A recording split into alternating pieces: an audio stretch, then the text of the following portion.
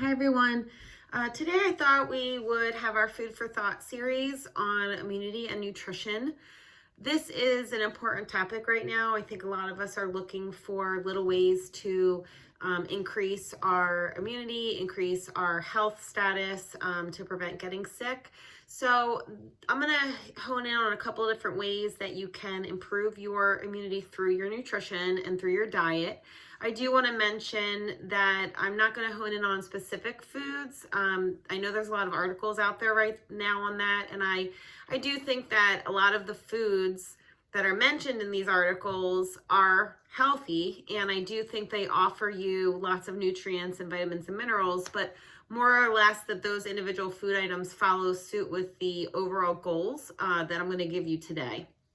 Remember that there is no cause and effect necessarily with nutrition and with specific food items. So over consuming one thing is not necessarily going to impact your nutrition status so much that it's going to enhance your immune system exponentially. So, going out and getting turmeric and shaking it all over your food at every meal is not going to make you invincible, nor is eating a ton of different vitamin C tablets and oranges in a day. It will make you feel probably not great, actually. So it's really about balance, and that's what we're going to focus in on today, with specifically some other little goals that I want you to be looking at to enhance your immune system. So the first thing I do want to mention is supplements. I think that supplements have their place in our diets when we are lacking in anything. So there are times when I recommend for some clients to take supplements. But remember that a supplement is to supplement your diet. It's not to take place of any of the specific foods or nutrients or food groups. So that being said, if you know that you're not getting in a balanced diet every single day, which is tough, and I think most of us don't, I think you benefit from a multivitamin because it fills the holes and the gaps that you might miss in the day. And then what that does is it helps to prevent over time that vitamin or mineral deficiency from being created. So I do think a multivitamin is helpful for most people. Individual supplements, I would just caution to be mindful and careful of taking them specifically because they tend to be in really large quantities. And so what can happen is when you take in a large amount of certain vitamins and minerals, it can displace the absorption of others and kind of by default creating a vitamin or mineral deficiency that you aren't aware of or didn't intend on happening. So, ask your dietitians, feel free to reach out to me, ask your doctor, before you really hone in on taking a specific supplement, so you know how much you need to take and how often you need to take it, and really some brand recognition and what to look for when you're choosing one is helpful, because there are a lot of brands out there and a lot of different supplements, and you don't want to waste your money or be taking something that could ultimately possibly be harmful for you. So just keep that in mind. Food is first, is best. And the reason why is ultimately we absorb the nutrients from food best so that we are able to utilize those nutrients and those vitamins and minerals in our bodies and to actually enhance our immune system. So by taking in the supplements, it doesn't necessarily create that pattern. So that's number one. The second thing I want to talk about is hydration status. I talk about this in a couple of different areas of my classes. It impacts your mood, your stress level, your sleeping, your digestion, your metabolism, and hydration status also can impede or impact in a beneficial way your immune system. And one of the main reasons why is because your hydration status can stimulate the production of your stress hormone, cortisol. So if you're dehydrated, your cortisol levels can go up, and then that can immunosuppress you. So the goal is to make sure that you're staying hydrated so that your body isn't overproducing cortisol. Everybody's amount of liquids and fluid that you need in a day is different. On average, an adult needs about 8 to 10 cups a day. If you tend to feel thirsty, you're already partially dehydrated, so try to stay ahead of it. And if you notice, midday that you are getting thirsty, try to think about how much you've drank in the day and increase it, so that you don't get to that point as quickly. If you struggle with water, Just choose other fluids that you like in the day that don't have caffeine or sugar in them. So, things like herbal teas are great. If you infuse your waters, like with berries or citrus or herbs, that can make it more flavorful and more enjoyable for you to drink. Anything that can help for you, try to aim for at least 8 to 10 cups a day.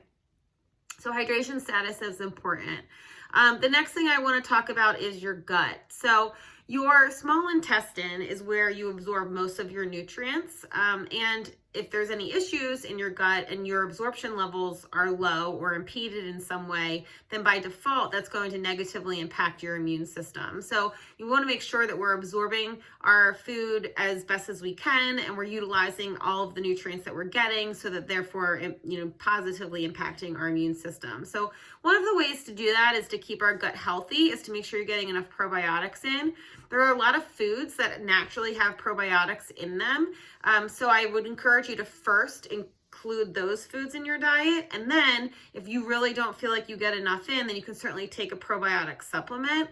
I would recommend asking a dietitian or doctor which ones you should take. There's many different strains of probiotics. And when you look at a supplement, you want to look at how many strains are in it, what is the ppm, the parts per million in each pill, and how is it manufactured, and it's one that's efficacy is high. So you want to look and find out, because a lot of them can be expensive, and you want to make sure that it's benefiting you if you're going to take it.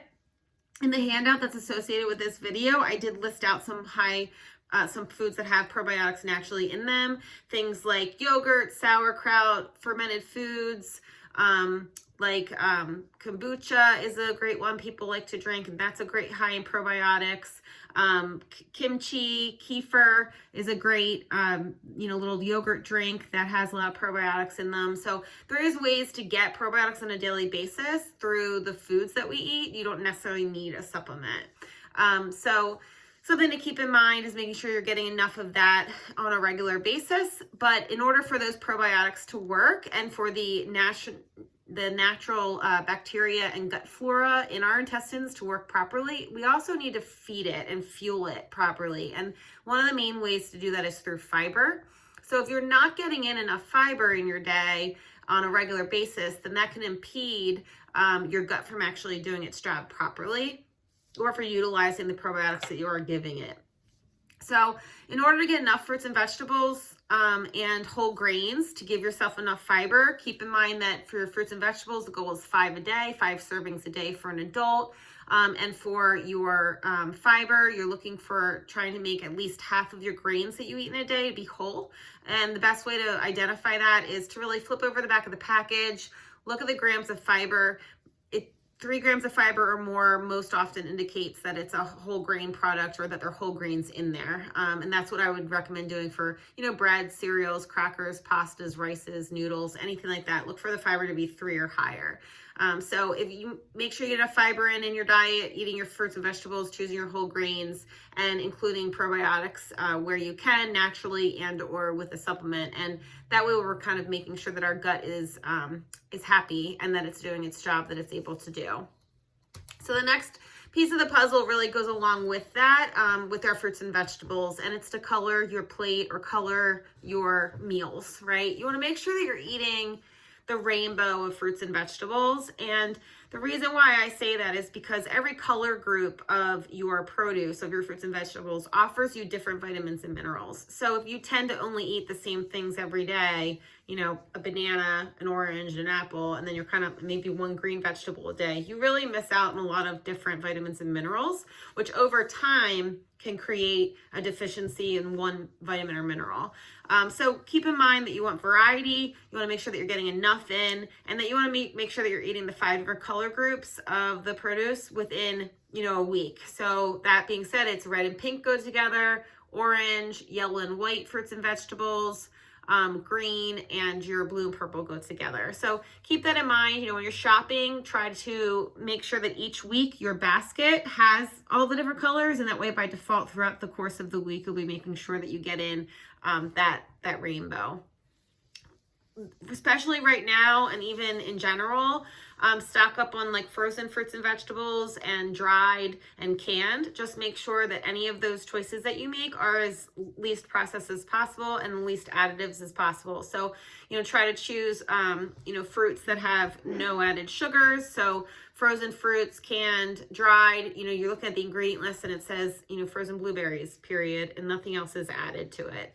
If you're looking at vegetables, frozen or canned, you want no sauces added, no added salt, no added sodium or low sodium options when possible, and that way you're in control, and they can be just as good as the fresh options. So making sure that you're including those as well. Other than that, protein is the next piece of the puzzle that we want to focus on. And I think that this is not normally an area that most adult Americans need to focus on getting enough in. I think most of us meet our basic needs for protein on a daily basis for our immune systems to work properly. But there are times in which you may not get in enough, whether it's just that you're not in the mood to be eating something, or maybe you're trying a different diet and you're maybe not eating as much meat or fish in a week. So there are times that it will ebb and flow. Just be mindful that you want to be trying to get enough in and you want to be getting a balance in. Protein impacts our immune system because the amino acids that make our proteins up are really what builds our immune system as well, and can help make our antibodies work for us and our white blood cells. So if they if we don't have enough coming in with our diet of the proteins and amino acids, then it kind of impedes our immune system from being able to do its job. So that's really the main key with protein. But again, choose lean proteins when you can.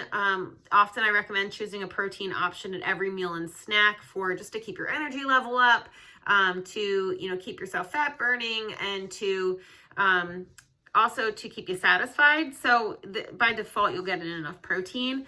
Choose lean, meaning less than 5 to 8 grams of fat per serving, so that they maintain to be good options. And on the handout, I list out for you what those are. Lastly, I want to just talk about healthy fats. We know that omega-3 fatty acids have anti-inflammatory effects, have heart health effects, but we also know that it can have an immune system effect as well. So our omega-3 fatty acids we see can moderate our immune functions. So it can, help enhance if you have enough of them in your bloodstream. So make sure that you're including healthy fats in your diet. Make sure that you're choosing some omega-3 fatty acids on a regular basis. So where are you going to find them? You're going to find them in nuts like walnuts, seeds like flax seeds and chia seeds. You'll also find them in fatty fish like salmon and mackerel and albacore tuna. So if you're not someone who eats a lot of those foods, then you might want to consider a supplement. But if you eat them on a regular basis, then you won't necessarily need to supplement your omega-3s. If you do decide to supplement omega-3 fatty acids, you can choose either a flaxseed oil supplement or fish oil. And you just want to choose one that's about 1,000 to 1,200 milligrams a day, and you just need one of them. Sometimes on the bottle, it will tell you to take, 2 a day or 2 twice a day. And the therapeutic level that we see benefits is really about 1,000 to 1,200 milligrams a day. So just kind of keep that in mind too when you're choosing one. So overall, just remember, immune boosting, our goal is truly just balance. It's to keep our nutrition status at a good level so we don't have any vitamin or mineral deficiencies, which will enhance our immune system overall. The best time to focus on your nutrition status to maintain a healthy immune system and maintain your health is before you get sick. So focus on it now, focus on balance now, eating at least 5 fruits and vegetables a day, make half of your grains whole grains, drink enough water, don't overdo it on the supplements, and truly you will make sure that your immune system is at its peak level. That's all I've got today. If you have any questions, please feel free to reach out, and have a great day. See you guys later.